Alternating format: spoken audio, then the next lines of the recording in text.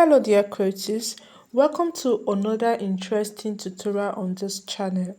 In today's video, I'm going to be walking you through the step-by-step process on how to make this beautiful satin bag from scratch. Please endeavor to watch this video to the end and also subscribe to this channel if you haven't subscribed. These are the materials I would be needing to make the bag. I'm going to be working with a satin fabric. So you can go ahead and use either a dull face satin fabric or shiny face satin fabric. Then I will be needing pearl bead. This is size 14 pearl bead, the plastic type.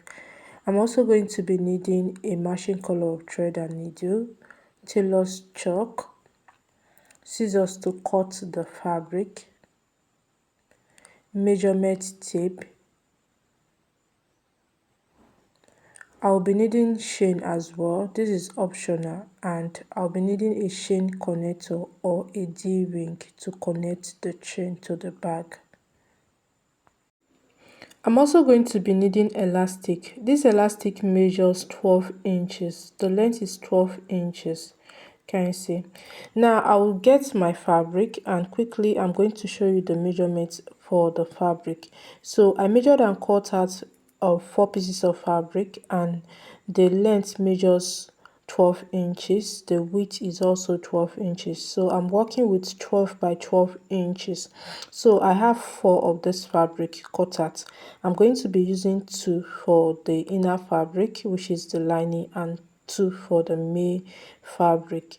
Now I will also cut out a small piece of fabric. This fabric measures about 2 inches in width and the length is 7 inches. I'm going to fold the fabric like so, and then I'm going to stitch.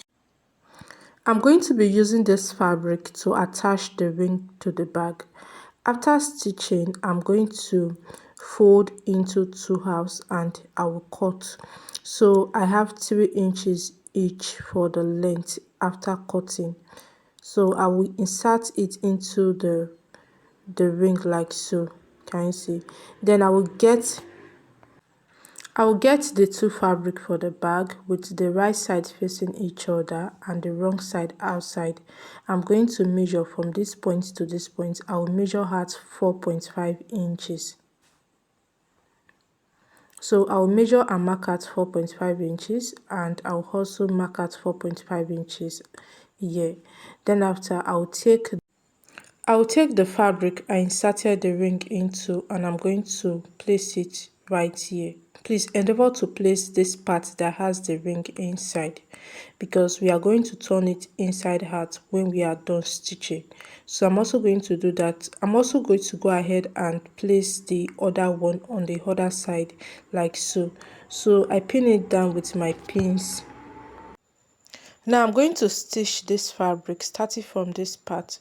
So I stitched this part off camera and I made a curve on that part. So you can go ahead and make the same curve, and then you are going to set that aside. Then you get the fabric for the lining and you are also going to stitch. You stitch 3 sides of the fabric and leave one side open. So after stitching, this is the first fabric. I'm going to trim off this excess fabric I have on here. Next, I'm going to make about 2 to 3 pleats on this curved part of the fabric. So this is how you are going to go about it. I'll use my pin to hold that down. I'll make another pleat and then I'll pin that down. Then I'll make the last pleat. Can you see? So an alternative to this pleat is to just gather that part and then you go ahead and stitch. So you can just make your gathers like this and then you stitch, but I'm going to be working with the pleat, and after stitching, this is it. I'm going to turn the fabric to the right side. Can you see? I will arrange this properly and then I'll get the fabric for the lining. So after stitching the fabric for the lining, this is what I have. You don't necessarily have to make gathers on the lining. Now I'm going to insert the lining into the fabric like that, just as you see me do in the video. Then after arranging the fabric, I'm going to stitch. Please watch closely. You are going to stitch, place both tips of the fabric together like that, and then you are going to stitch down neatly to hold the two fabric together. After stitching, I'm going to get my measurement tape, and from this point I will measure out 2.5 inches and I'll fold the fabric in like that. Then I'll get my pins to hold it down. I'll also go ahead and mark or measure out 2.5 inches. I'll fold and use my pin to hold it down just like that. So you go ahead and continue folding. Please endeavor to fold that neatly.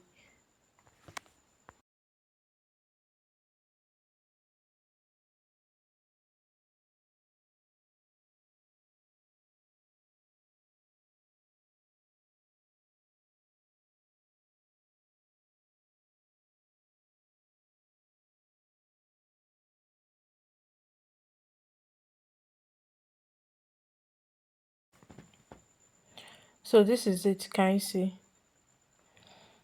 Now we are going to be stitching this part. Please watch closely. You are going to fold this rough edge or tip in like so, and then you are going to stitch. So you keep folding like that. You take to your sewing machine and you stitch round. Can you see? So after stitching that part, I'm going to stitch that off camera. When I'm done stitching that part, I would also mark out half inch round the fabric, and then I'm going to stitch. So this is it. Please watch closely. So this is the first part you are going to stitch, and this is the second part you are going to stitch. Can you see? So you stitch this part and you also stitch this part like that. Then you are going to leave an opening here where we are going to be inserting the elastic. So if your elastic is the type that is wider than the one I'm holding, then you want to increase that part, the other part that will mark that, you want to increase it to about 1 inch. So I marked that half inch and I stitch that part. So you can go ahead and increase it so that when you want to pass the elastic into the fabric, the elastic will move freely and you'll be able to pass it with ease.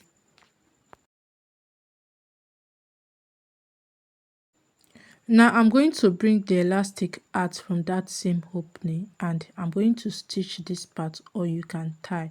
Then after I will stitch that opening, and this is it.